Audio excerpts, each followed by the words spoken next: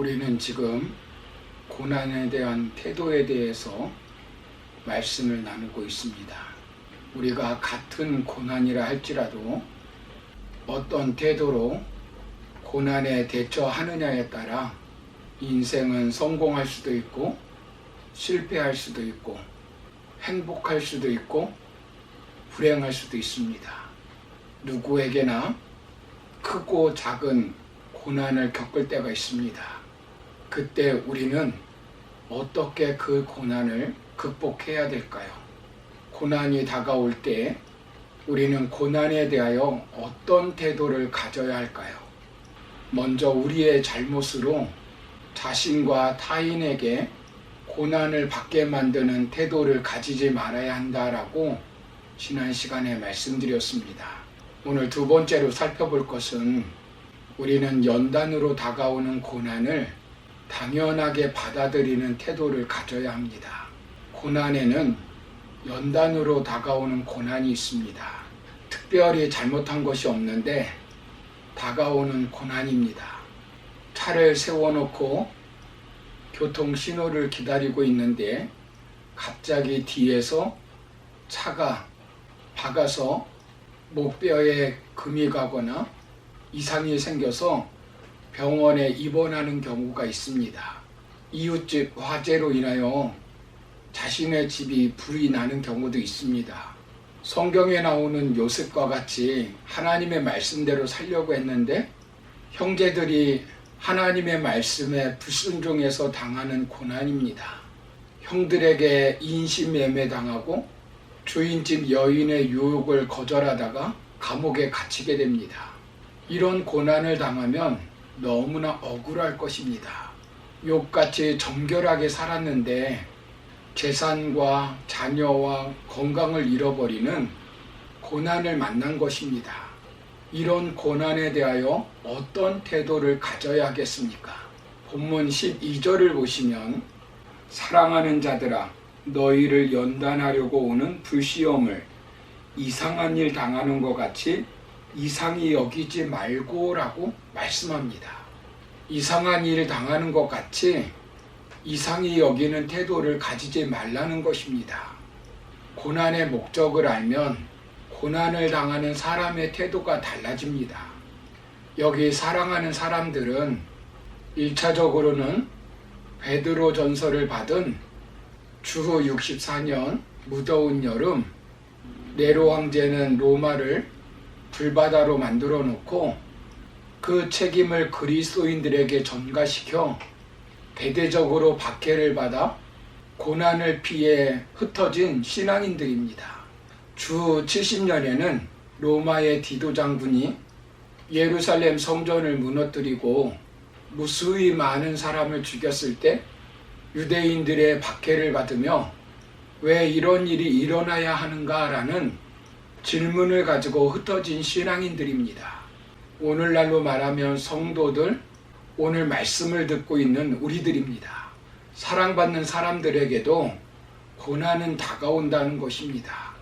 오늘날도 이유를 알지 못하고 사고의 고난, 질병의 고난, 경제적 궁핍의 고난을 당하면 왜 신앙으로 살려고 하는데 이런 고난을 주느냐고 질문할 수 있습니다.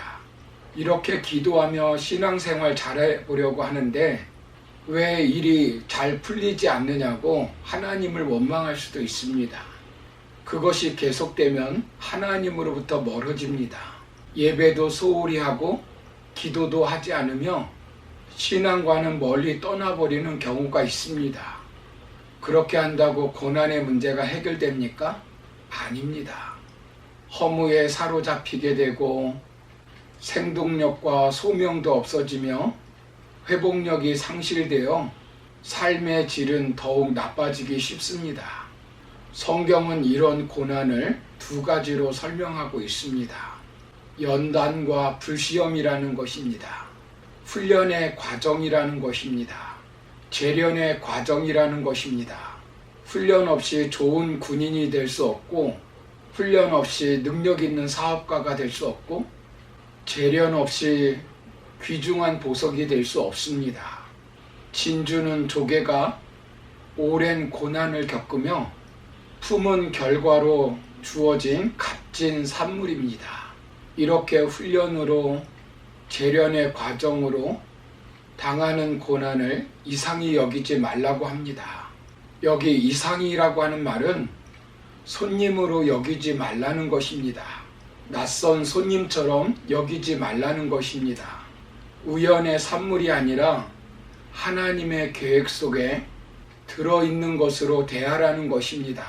요한일서 3장 13절을 보시면 형제들아 세상이 너희를 미워하여도 이상히 여기지 말라라고 말씀합니다. 그리고 빌립보서 1장 29절을 보시면 그리스도를 위하여 너희에게 은혜를 주신 것은 다만 그를 믿을 뿐 아니라 또한 그를 위하여 고난도 받게 하려 하심이라 라고 말씀합니다. 왜 이런 고난을 받을 때 당연한 태도를 가져야 합니까? 불순물을 제거하고 정금처럼 빛나게 하는 신앙을 갖게 만들기 위해서입니다. 성경에 나오는 믿음의 거인들이 시련의 강을 통과한 것을 보게 됩니다. 아브라함, 모세, 다윗, 야곱, 요셉, 그 누구 하나 이 강을 통과하지 않은 사람이 없습니다. 가장 큰 시련의 강을 통과한 욥의 고백을 살펴보시기 바랍니다.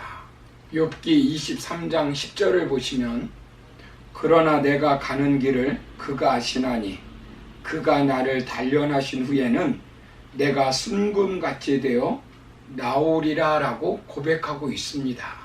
하나님은 합력하여 선을 이루시는 하나님이십니다. 우리의 앞길을 하나님이 아십니다. 모난 성격이 무엇인지, 가지쳐야 할 기질이 무엇인지, 꺾어야 할 욕심이 무엇인지, 치명적인 약점이 무엇인지 주님이 너무나 잘 아십니다. 그런 주님이 우리의 삶과 인격을 재련하는 풀물불 속으로 우리를 끌고 들어가십니다. 정원사가 나뭇가지를 쳐주는 이유가 무엇일까요? 건강한 나무, 튼튼한 나무가 되어 이듬해 봄에 싱싱한 열매를 맺게 하기 위해서입니다.